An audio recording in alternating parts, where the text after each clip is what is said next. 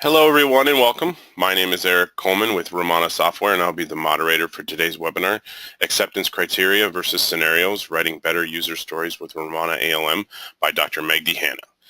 We're excited you're able to join us today and set aside an hour to attend this webinar. This webinar is sponsored by Rommana Software, the leaders in application lifecycle management technology. For more information on how Rommana ALM can help you or your organization, please visit rommanasoftware.com. You may submit your questions at any time by using your question box in your GoToWebinar window. Today's presenter will answer as many questions within the time allowed at the end of today's session. This webinar is being recorded and will be made available for viewing within 4 to 8 hours at rommanasoftware.com. At the end of today's webinar, you'll be asked to complete a short survey. At Rommana Software, we strive to provide the highest quality educational resources for the public and would appreciate it if you could take a few minutes to complete this short survey. I will now turn the webinar over to today's presenter, Dr. Hanna. Dr. Hanna? Thank you, Eric. All right, good morning or good afternoon, everyone, depending on where you are. Even I can see some people from other countries, so good evening as well. Well, it has been a while, and for a long period of time now, it's been there has been some confusion between the concept of acceptance criteria in Agile and user stories versus what I have been teaching people for the last 20 years or so about scenarios. Before I start this webinar, I'd like to get an idea or a count about how many of you are currently working on Agile projects. Please, if you are currently working on an Agile project, go ahead and raise your hand. Okay. Okay, keep going. Got a few only. Excuse me.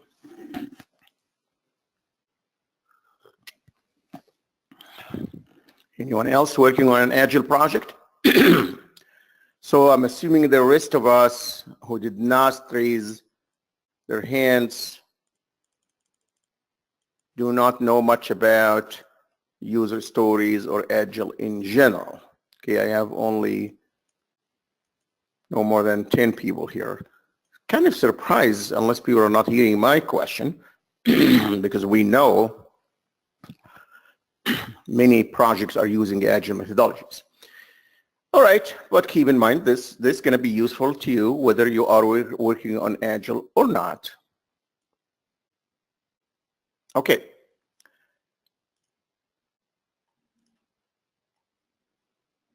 So acceptance criteria is always connected with user stories. So if your Agile project is using user stories as a way to describe requirements as opposed to writing requirements, or in addition to requirements. So some Agile projects you just use user stories. Some Agile projects use only requirements, and some Agile projects use both requirements and user stories. And they consider requirements to be a much higher level statement of need, and they take a larger requirement and they break it down into a number of user stories. Now, those projects that use user stories may or may not use acceptance criteria, and we're going to get into the details. I'm just trying to give you the sort of the scope of the presentation and the context. So those projects that use user stories may or may not use acceptance criteria.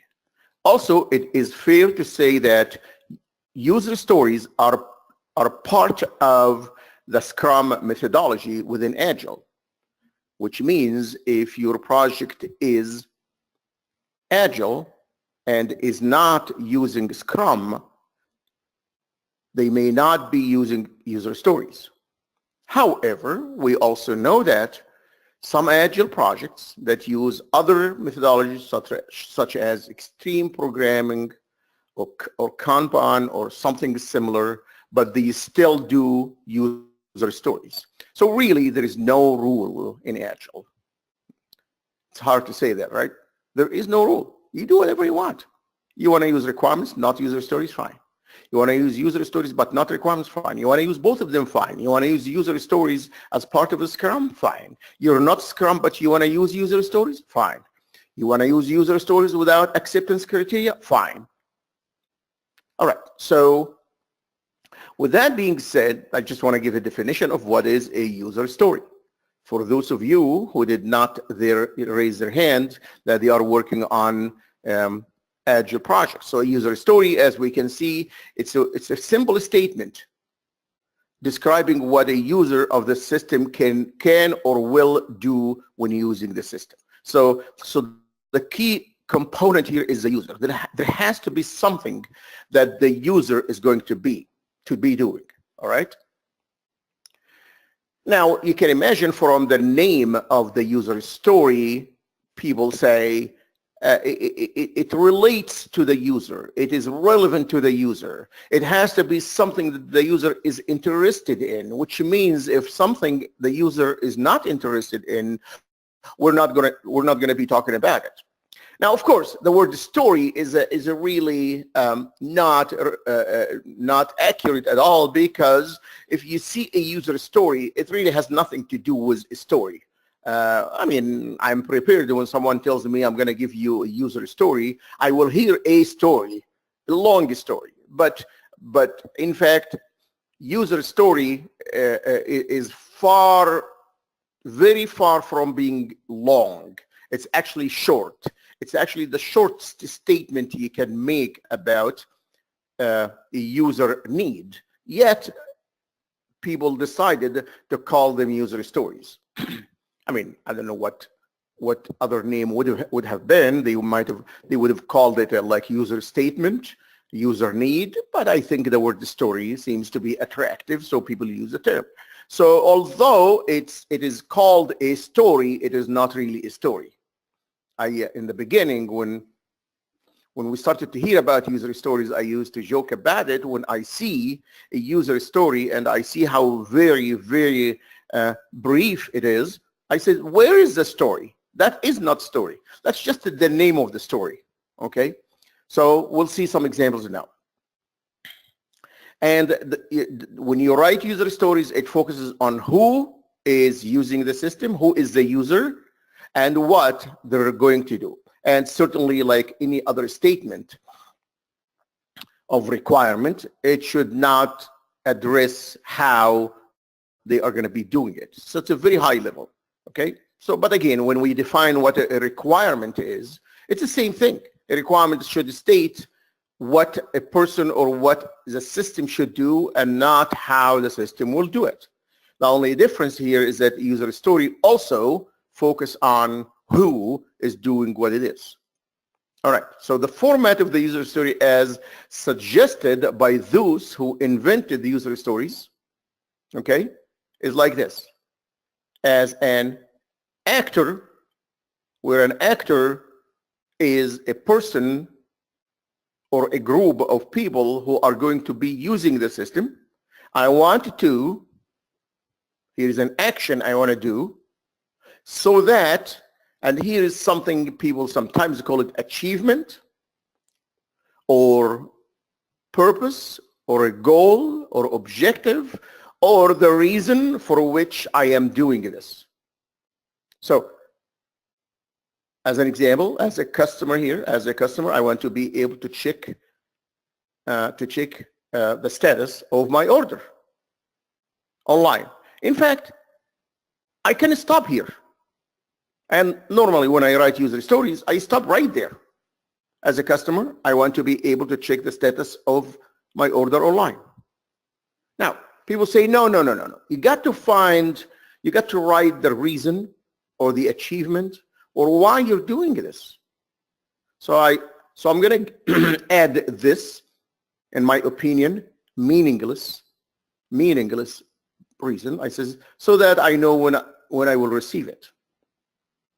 But really you have to ask yourself, in my opinion, I'm giving you my opinion, does this add anything to the user story? Does it add anything to the developer, or it gives any more details to the developer to write the design and the code for that user story? Or does it give any information or any more details to the tester to write the test cases for that user story? In my opinion, no. Of course, there's a lot of argument, and I'm not going to open the argument here. Some of you might have a different opinion, you know, but here's the thing.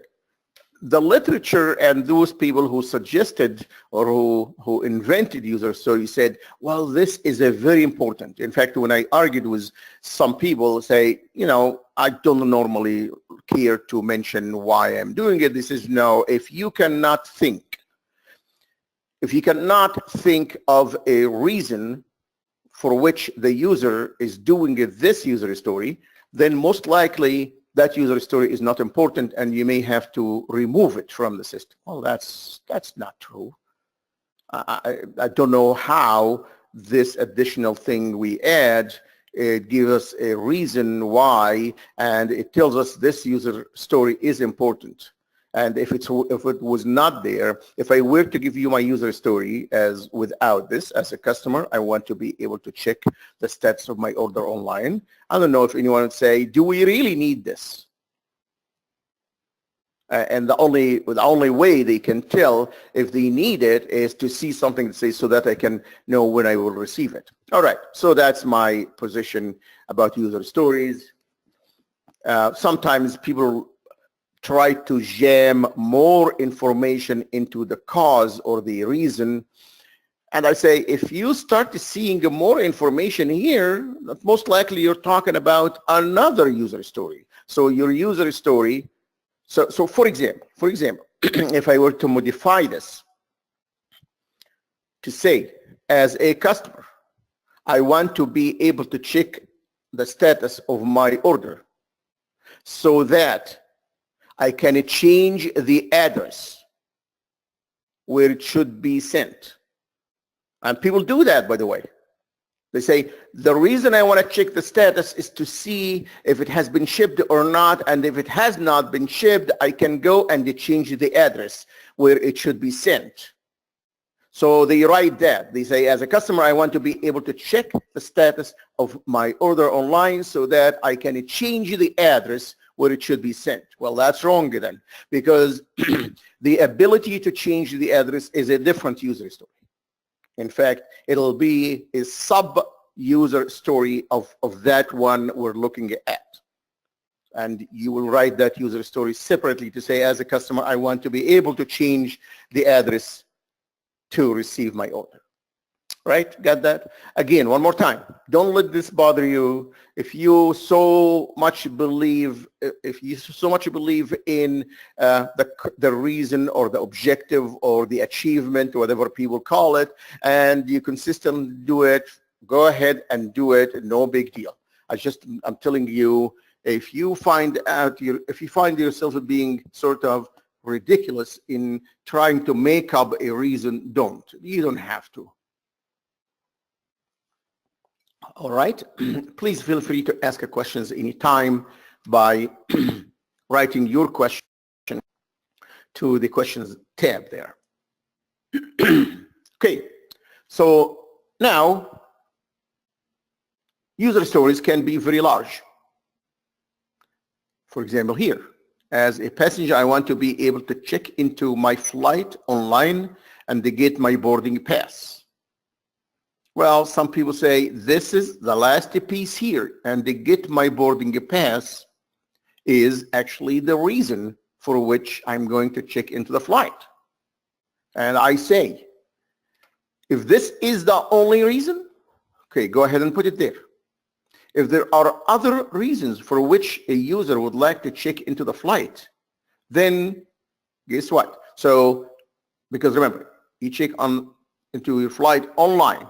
So if there are other reasons, don't put this one here, because this makes it sound like my only reason to check into my flight is to get my boarding pass. Okay?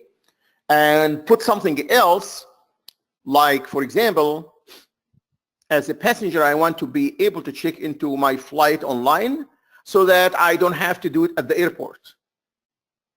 Good enough? And this does not add any more information to the developer or the tester.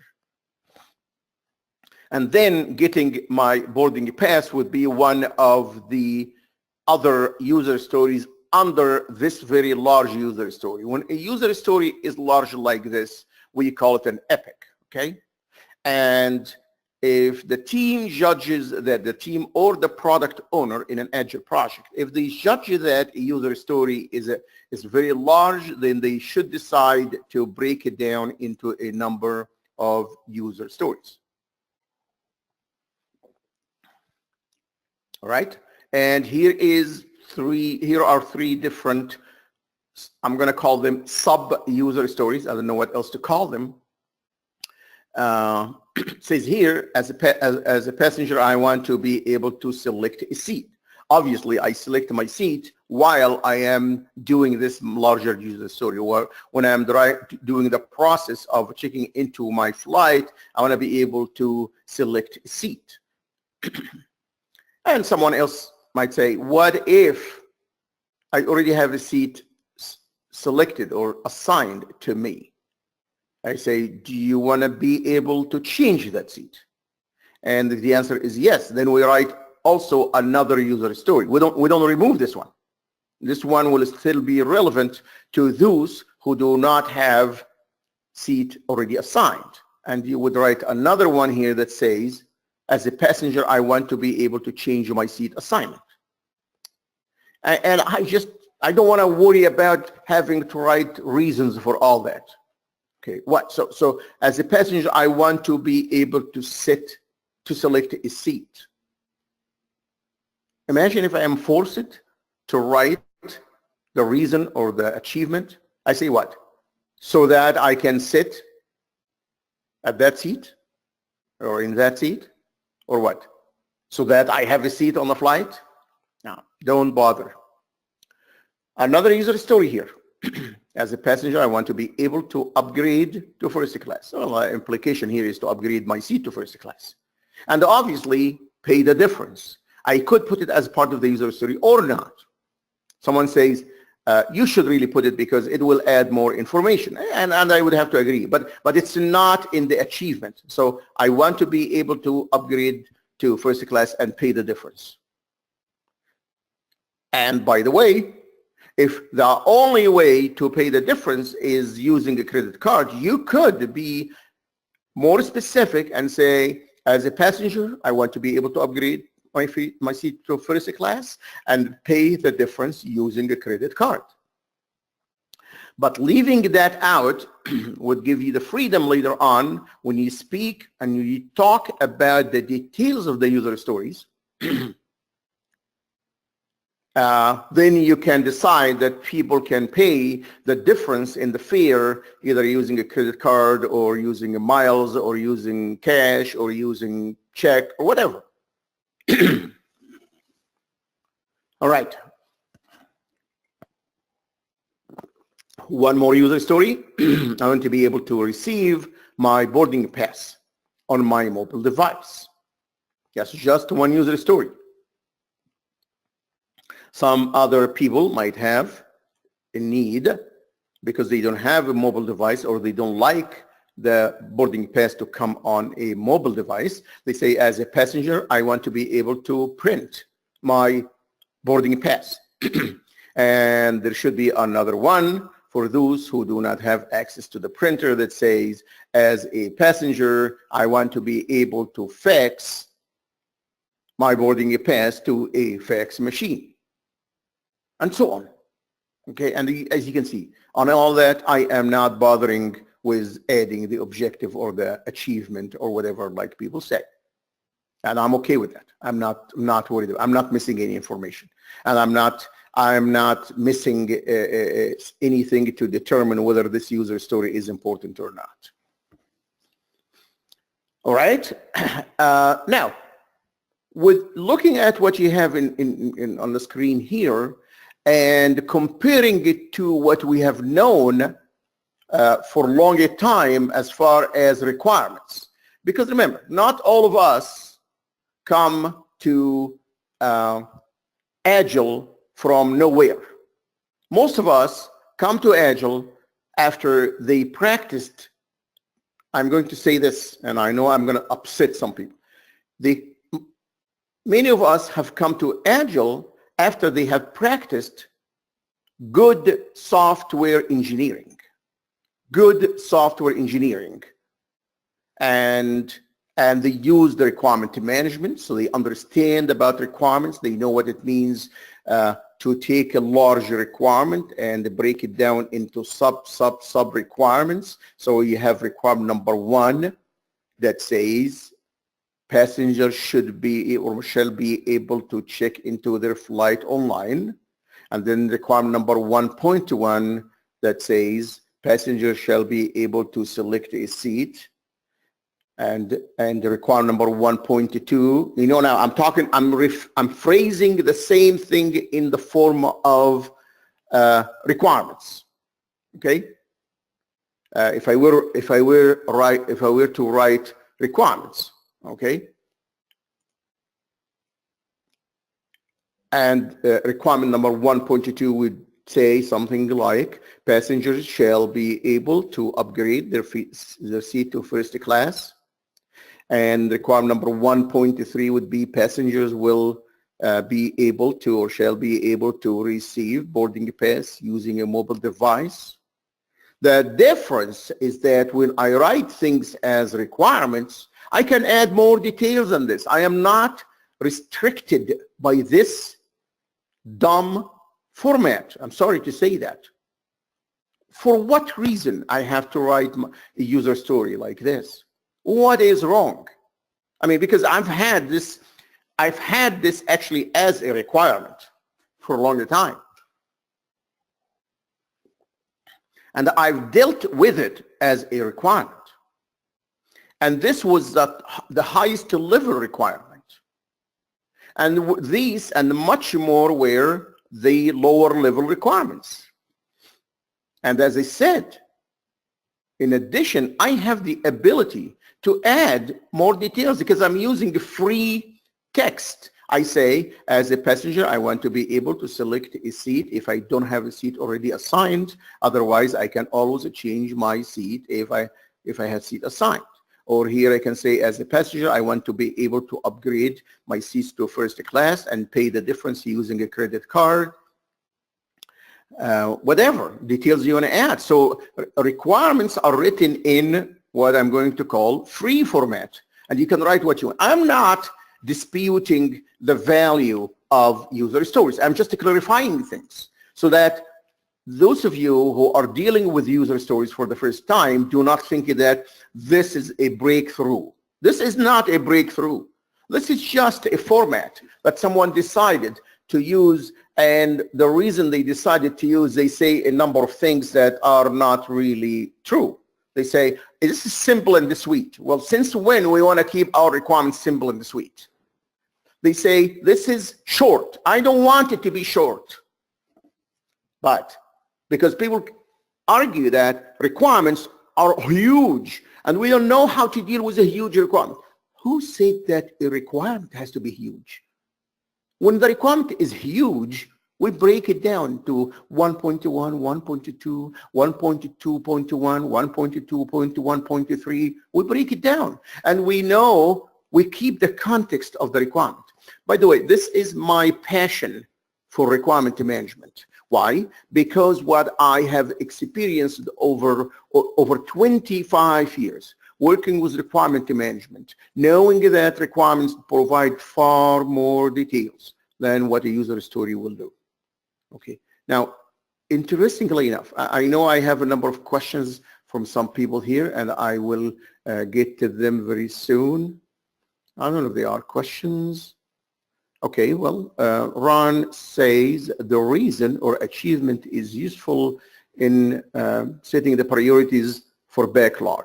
So, which means it tells you which user story is more important than another, and those ones that are not so important, we're going to postpone them for a little bit. We're going to keep them in the backlog, and the backlog is one of those things. And thank you, Ron, for sharing your opinion. But again, one more time, forgive me, one more time. Do I need that achievement phrase or clause to tell me if that user story is important or not important, or less important than another? So if I have, for example, let's just say, for example, I have two user stories.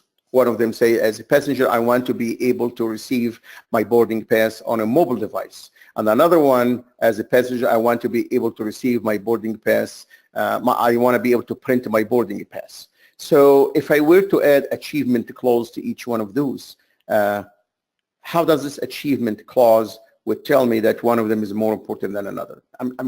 I appreciate your reaction, Ron, and I know this is what's being said out there in the literature, but that's not accurate. I have a couple of comments slash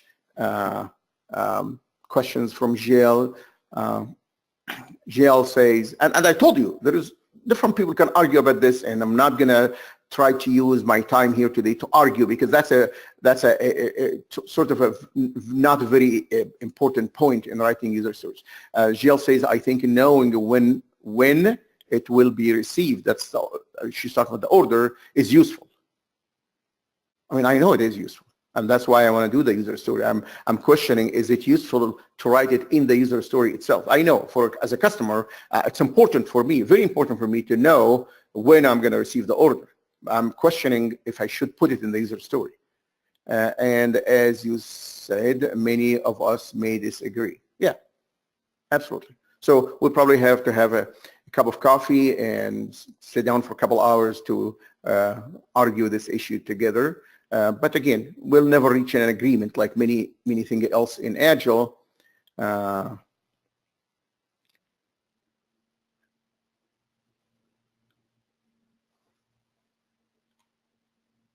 All right, so Jill agrees that, I'm sorry, let me read this quick. My experience has been that too often the requirements were not detailed. Oh, requirements are not detailed? Wrong. If someone writes requirements that's not detailed, then they don't know how to write requirements, okay? And forgive me, if requirements are not detailed, Jill, so are we hoping that for user stories to be more detailed? No. User stories cut down on all the details in a requirement. Funny enough, when I argued this with some gurus, Agile gurus, and I said, I have a requirement here that has tons of details. I have requirement, high-level requirement, and I have sub-requirement 1, 2, 3, 4, 5. And I told him, how do you convert this to user story? He said the user story is a top-level requirement. And I said, how about the rest of the details? Where are these? He said, those are discussions that go on. Well, I like discussions, but I don't like to rely on those discussions to get the details. If I can write the details, then I will write them down, and then we can discuss them later on. I do not want to write a brief user story, and the product owner or the team says, keep it brief, keep it simple and sweet, and we can discuss it to come up with more details. And someone gave me, or actually not someone, a book gave a very ridiculous reason why the user story needs to be brief. He said it must be brief, and you must not write more details in the user story. And the reason is you want to keep that until the time when you discuss the user stories. And if you were to add details up front, that will kind of deceives you, makes you think that the user story is detailed enough and you don't discuss it.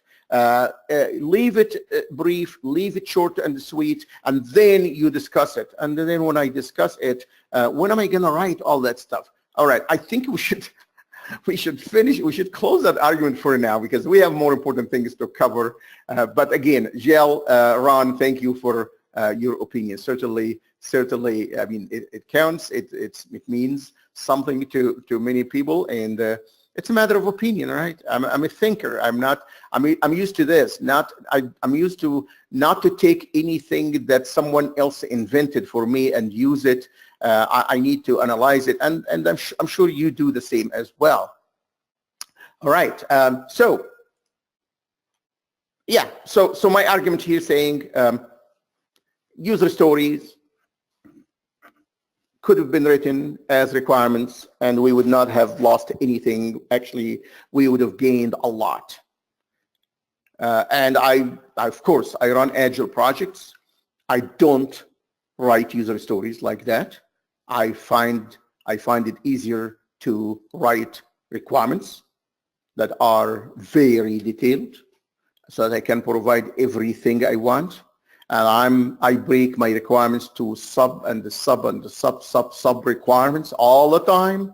And if I'm interested in the development team to take a small piece to work on it, they take one small piece of the requirement, but yet I'm still keeping a track of the fact that this large requirement I'm dealing with has 15 sub requirements underneath, and we group them in a way such that everything is independent. I have no objection on the use of the user stories except the restrictive format that does not allow me to add more details. All right, so done with that. Here is some, I keep, of course, now speaking negative about user stories, but it is true. They're brief and high level. Everyone knows that. Absolutely, everyone knows that.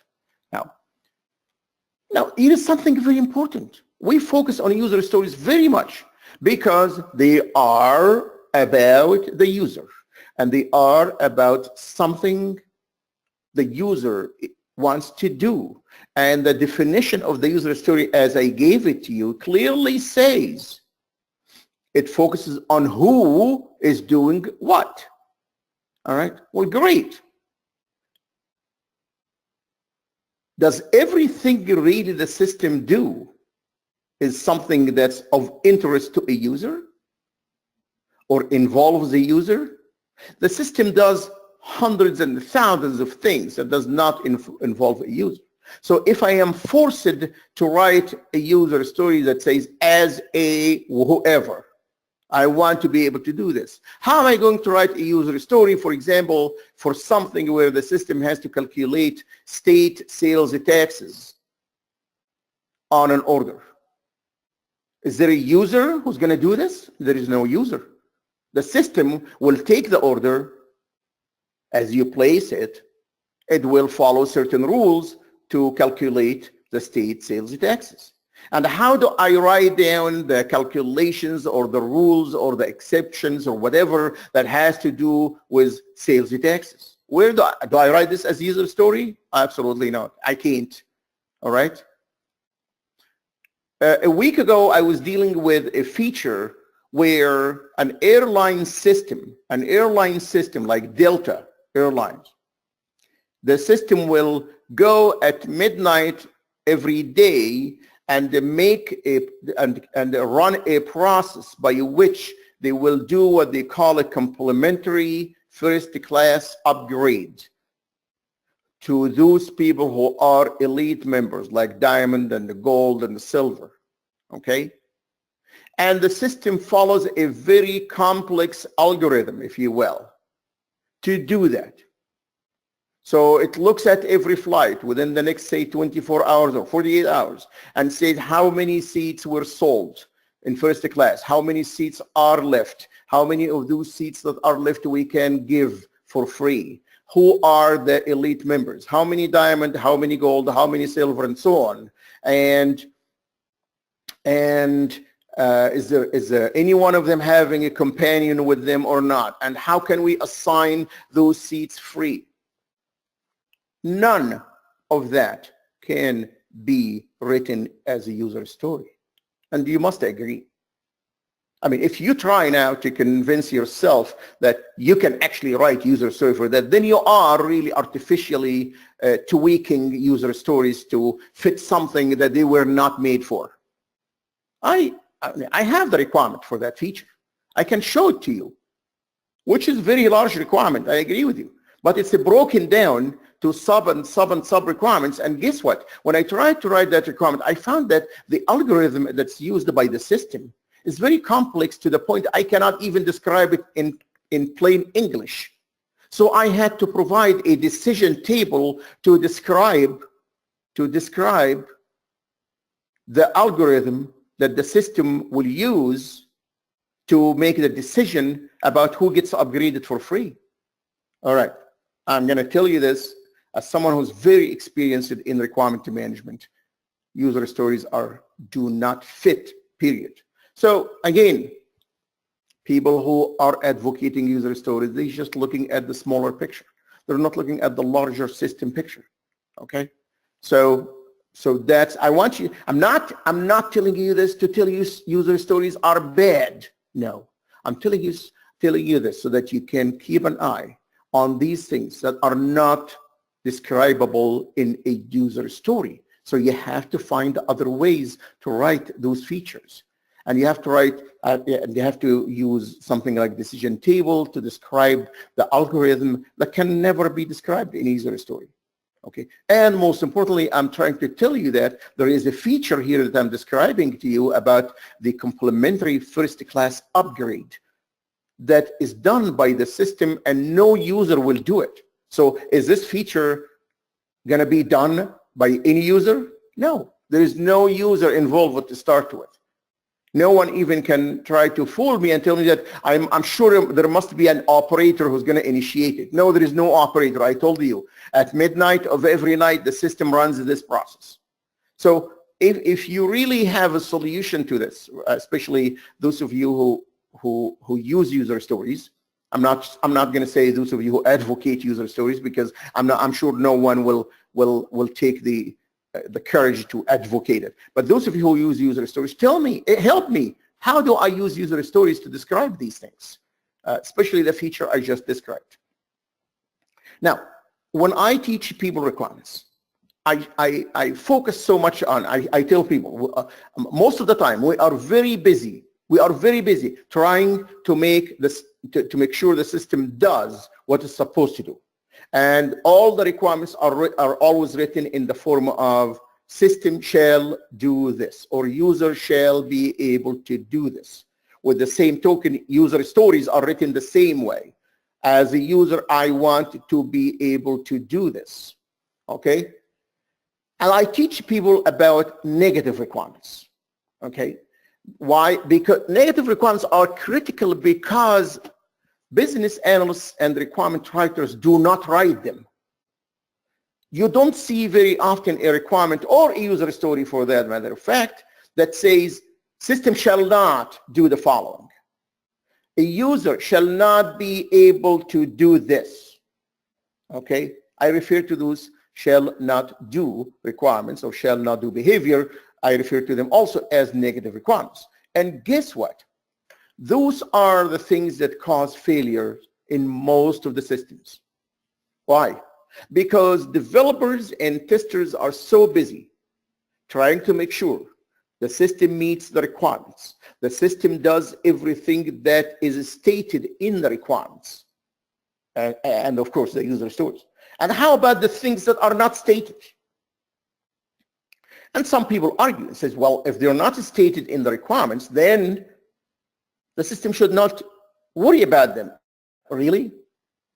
So when I write you a requirement about people canceling an order and receiving a refund, and I don't write in that requirement, and of course I write all the details about the rules of cancellations, the refund, the partial refunds, the fully refundable tickets or the fully refundable orders versus partially refundable orders, all that stuff.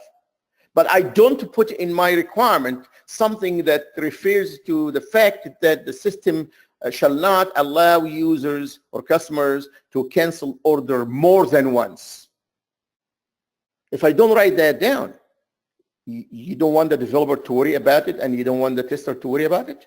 This is what we refer to as negative behavior or negative requirements that will lead to negative testing. And in my courses where I teach about testing and requirements and so on, I ask people to focus so much on those shall not do things because they're not in the requirements. And because they're not in the requirements, they always fall through the cracks. And we put out systems that truly does everything it's supposed to do, but it does many other things that it's not supposed to do. And that happens because people did not pay attention to the shall not do's. So I am saying user stories are not good for shall not do's. If we had a minimal chance with requirements to include shall not do requirements, we don't have any chance to include shall not do user stories. I don't know how you can write this. You're going to say, as a customer, I shall not be able to cancel the order twice. Maybe, but many other examples were not fit. Now, keep in mind also, when we speak about requirements in general, there are all these requirements that have to do with the functionality of the system, and people refer to them as functional requirements. There are so many other requirements that some people, for the lack of the better name, they call them non-functional requirements. And I've seen at least one book calling them the other requirements. Okay, I'm going to call them quality requirements. And the quality requirements have to do with the goodness of the system. And as you know very well, examples of those quality requirements are all the things that have to do with reliability and performance and usability and survivability and load, all that stuff. Heck, where does this fit in user stories? So what I'm trying to say here, be aware that user stories only focus on functionality. Only focus on functionality. And if you really want to address quality needs, quality objective of the system, then you have to go and write requirements to do that. At least this is what I do. Okay, so this is just an idea. Okay, trust me, I tried to look for a word other than drawbacks. Okay, because drawbacks always has a negative connotation. And I tried not to be negative about user stories, but at the same time, I wanted to caution people about certain things they have to pay attention to when they use user stories. Okay, so my English did not help me to find a word that says, here are things you have to worry about, sort of. So I didn't find a noun for that. All right, let's see some questions again. A quick question, someone's asking, is this presentation being recorded? Yes, it will. It is recorded and it will be available on the IIC website. Thank you, Ron, for your comment. Jill says limitations of user stories instead of drawbacks. Jill, thank you for trying to help me really, but in fact, I tried to use the word limitations before, and I thought in my own way of thinking that limitations is much more negative than drawbacks. Maybe you're right. Maybe limitations. Maybe, and actually Ron is suggesting the same thing. Okay, in fact, I had it before as limitations. Yeah, you're right. Drawbacks means disadvantage or something. But you're right. They are sort of limitations. But I hope you do agree with these limitations that I have mentioned. Thank you for the recommendation about the use of the term. Thank you. All right. So now, when people realize that user stories are not brief enough, they said, okay, let's add some details. And they add the details through discussions. As I said earlier, when I showed the user story to one of the Agile gurus, and we were attending a conference on Agile that time, and I said, Joe, tell me, I'm having a hard time dealing with that user story because it's brief, it's not telling me much. When I write requirements, I have so much details I can write. In user stories, I cannot write details. And he said, that's the point. You're not supposed to write details. You're supposed to leave it brief so that you can have the opportunity to discuss it. Really, When I have more details, for some reason, for some obscure reason, I lose the chance to discuss it. In fact, it's on the contrary. When I have more details, it derives me to have more discussions about those details. When I don't have any details, I don't know what to discuss. I can sit down in front of a user story and I don't even know what to ask. So honestly, in my requirement courses for agile and non-agile projects, I work with requirements and I give people requirements with some level of details and ask them to simulate a requirement review meeting, and they ask questions. And I see the number of questions are coming from people. And then I give them a user story and I ask people again to simulate a meeting where we discuss the user stories. Guess what? People sit in the front of the user story and they don't know what questions to ask. Why? Because there is nothing to stimulate their thinking. Yet, some agile projects suggested that we take the user story, we run it, we have a discussion. And I'm having a problem with this box here called discussion because I don't know who's involved. Of course, ideally, and if life is good, everyone involved in the team, it's the agile team, the product owner, the testers, the developers, everyone else can participate.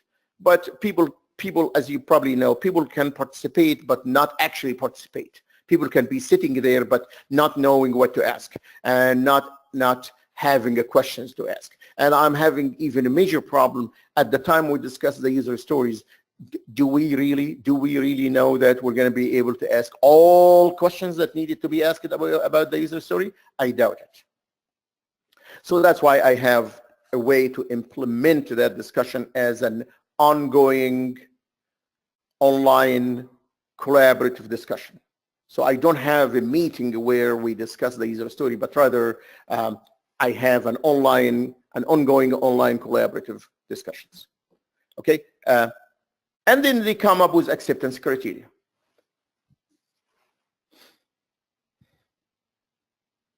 Okay, so, and here's why people believe that acceptance criteria is important. Establish the boundaries of the user story. You can use it to derive tests and to confirm that the developer actually implemented the user story the way it's supposed to be implemented. And of course, it helps people talk, it helps the team talk about the user stories.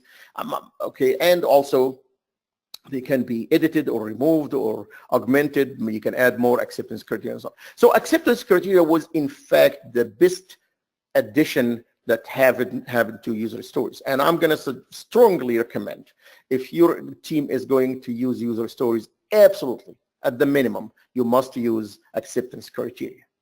Okay? So, and here's some examples. If I take that user story as a passenger, I want to be able to upgrade my seat to first class. I could very well add those acceptance criteria, which I will use at a later time to determine that the user story have been completed. Pays upgrade using a credit card, the upgrade any time during the check-in process. The passenger may upgrade some or all the passengers on the same reservation, and you can add more. And certainly those acceptance criteria come as a result of the discussion amongst the team members. Okay? Very important, absolutely. This is the best thing that happened to Agile and happened to user stories. And user stories without acceptance criteria are nothing. I'm sorry. Keep going here.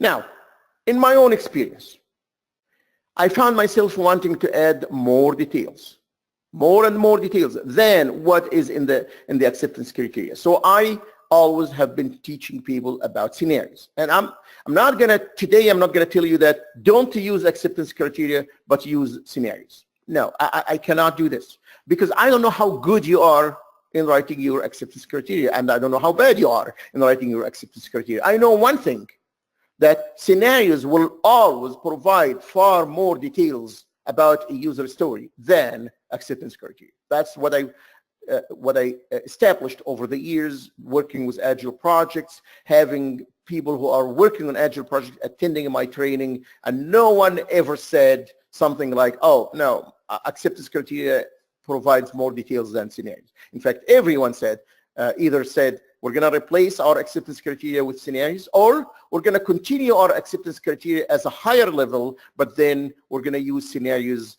as another level of details. So what is a scenario? It's a phrase, it's a simple phrase describing anything. It's not something that you're going to use to test or to verify that the user story have been implemented, but rather it's describing any condition, any situation, any event, anything at all that could happen in production. So that makes it general enough that you can list a lot of things. Okay. And it has to do with anything, whether it involves the user or not. Remember, because the user stories are about a user, then acceptance criteria are always about what the user does. Scenarios are not. Scenarios are far more general than that. And as I said, I have methodology that I developed over the years. I taught people over the years about how to build the systems and how to test the systems using scenarios. It's called scenario-based development and testing. All conditions, all situations, whether they are expected or not, normal or abnormal, initiated by the user or not, initiated by the system, or even an event that's outside the control of any user and outside the control of any system. Any one of those should be listed as a scenario. Much more exhaustive, I can tell you that. So if you look at this user story, as a passenger, I want to be able to upgrade my seat to first class. Same user story. My scenarios would look like that. Now look at the level of details. Now I have scenario because I'm trying to write scenarios to describe situations or conditions. I have one scenario that says I got one passenger on the reservation wants to upgrade his or her his seat to first class, while there is actually a first class seat available. Now you can imagine this scenario is different when one passenger on the reservation would like to upgrade to first class when no seat is available in first class. This is a positive scenario. This is a negative scenario. I'm trying to upgrade to first class, but there is no seats available. Okay? Now the third scenario says what? One passenger wants to upgrade to first class, but they have a seat on coach. But the user story did not say, what if I don't have a seat on coach? Can I get a first class seat? One passenger on the reservation. This is the next one. Upgrading to first class while he did not have a coach seat assigned. All this about one passenger. One passenger on the reservation upgrading to first class and paying with an invalid credit card. Okay, that's a negative scenario. One passenger is upgrading to first class, and another passenger competes on the same seat. So you're trying to get that first class, the first class seat that is available, and some other passenger at the same time. That's what we call concurrency control, right? Okay. Now, is this going to happen? Of course it will happen. We know it will happen. Now, I wonder how you will write this in acceptance criteria. One passenger tries to upgrade after the check-in is complete. Of course. Can this happen? Of course. I check into the process, I get my boarding pass, but then I go back and try to upgrade my seat to first class. Has the user story said that? No. Do I expect acceptance criteria to say that? Normally not. People don't go to that level of details. I got 2 slides of like how many scenarios? 1, 2, 3, 4, 5, 6, 7 scenarios so far, and that's only have to do with one passenger. Now, the next slide has about three scenarios that are all involving multiple passengers on the same reservation. All of them are upgrading to first class. Certainly, I hope you agree that this scenario is different from the scenario where one person only is upgrading. And another one where multiple passengers are there, but some of them are upgrading to first class and some are not. Yeah, like 2 passengers, but one person wants to upgrade to first class and pay the difference, and the other person is not upgrading. Remember, they are on the same reservation. That's different. We're not talking about 2 different reservations here. And the third one is multiple passengers on the reservation, all of them upgraded to first class, but there is no seats assigned, and they have no seats assigned. And you can go on, and you say, you know, 2 passengers want to upgrade to first class, but there is only 1 seat available. Okay, and 2 people upgrading to first class, and there are 2 seats available, and so on. So the point I am going to make now is that scenarios allow you to be far more exhaustive, far more details, exploring far more situations than can normally be done with an acceptance criteria. Okay. Now, am I saying that you cannot do acceptance criteria like that? If you can write your acceptance criteria with the same level of details and the same level of exhaustiveness, if you will, like what I am providing you here, I'm okay with acceptance criteria. I'm just telling you that people who write acceptance criteria, they don't get into that level of details because they make it simple and sweet and want to verify this. The writing things in the form of a situation or a scenario like this allows you to get into more details. That's my experience. When I teach scenarios to people, that's what they discover. Now, very important now, when we talk about scenarios, we always talk about negative scenarios versus positive scenarios. and I always suggest that, I always encourage people to have at least 50-50. So negative scenarios are any scenario that you're trying to use invalid data, like invalid credit card or whatever. Any scenario that exposes some abnormal or extreme or uncommon condition.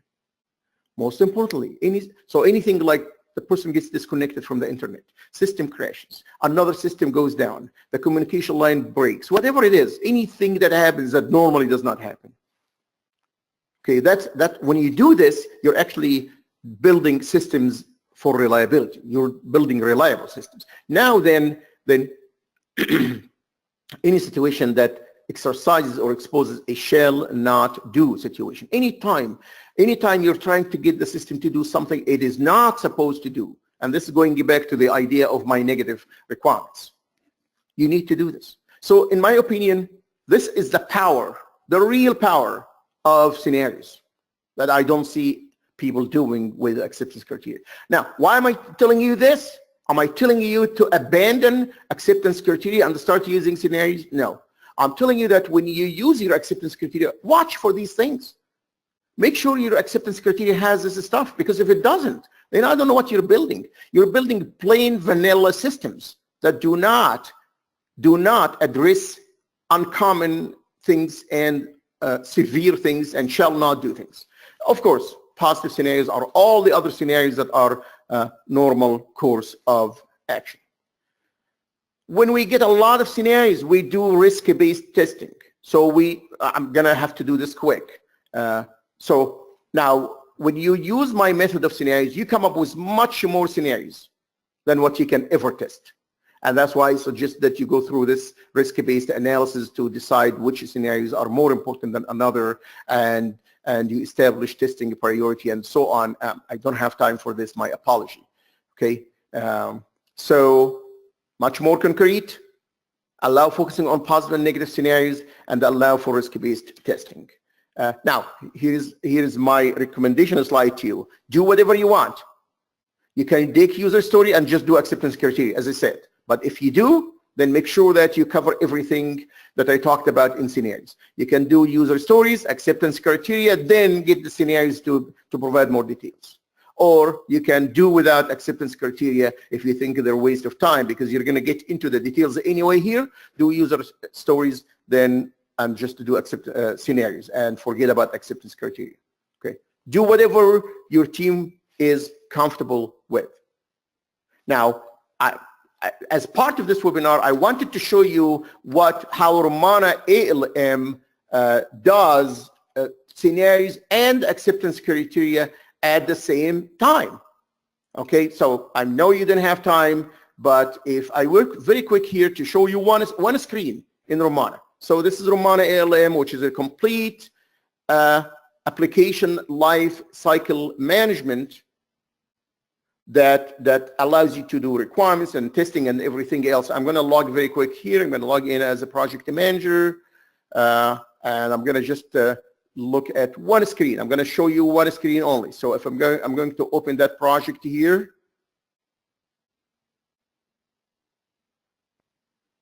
All right, that project has, okay. So if I were to click on user stories here on the top, and Rommana ALM is available, and it does agile and non-agile projects. So if I look at any user story here, so let's look at this one. So I have the same thing here. I have an epic here. As a passenger, I want to be able to check into my flight, and I have two sub requirements right here, sub user stories down here. And so here is the user story about the upgrade. I can put my acceptance criteria here. All right. And after I add all my acceptance criteria, I can also add scenarios right here. Okay. Adding acceptance criteria is just straightforward. Okay. So here, so I can write another one, acceptance criteria 3, for example, like that. And click enter. It's added there. Acceptance criteria 4, add it. So down there, and so on. Okay. Now, if I feel that those acceptance criteria are not detailed enough, I click here, and I add more. I add scenarios. I create a scenario here, and the scenario I can just add the name of the scenario. I can add scenario number 1 here. Okay. I can add a description. It's optional. I can add expected behavior of a scenario, something that you don't normally put in acceptance criteria. I can, and it tells me that this scenario is part of this user story number 3, which is whatever it is. Now, I can also do the frequency of occurrence. I can do the impact of failure. I can do the probability of failure to help me do the risk analysis, and I save. And that's my first scenario. I don't have to provide all this information, just in case any one of you thinking that this is a lengthy process. No, you can just add the scenario name and click add, click save. Add scenario name, click save, and so on. So that is how, so now I'm going to go back to, you see this breadcrumbs at the top here, this is scenarios. I'm going to go back to the user story right here. If I click on that one, that's just an easy navigation. Now I have my acceptance criteria down here. I have my scenarios. Now I can see 3 dots appearing here on the scenarios, telling me that there are more details here. If I were to click here, I can go and get a list of all the scenarios. Sorry to take 3 minutes beyond my time. Let me go quick here to see if anyone has a question. Very quick.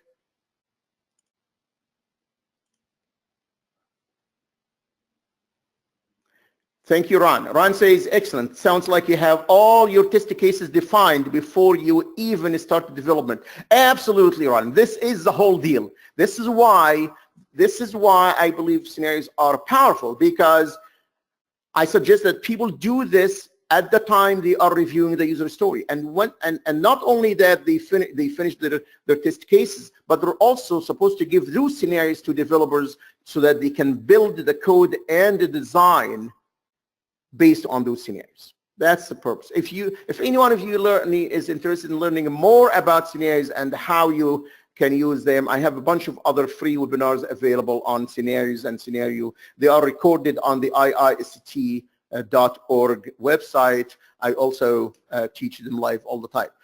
Thank you so much all for being with me in this webinar. Hopefully to see you in other webinars. Please give me your feedback when you get the evaluations of this webinar. I will now turn the presentation to Eric. Eric? Thank you, Dr. Hanna, for your time today, and I want to thank everyone for joining us for today's webinar sponsored by Rommana Software, the leaders in the application lifecycle management technology. For more information on how Rommana ALM can help you or your organization, please visit rommanasoftware.com. You can follow Rommana Software on Facebook, Twitter, LinkedIn, and YouTube to find out more information about Rommana news, events, and promotions. Thank you all again for joining us today, and have a great day. Thank you, Dr. Hanna. Thank you, Eric.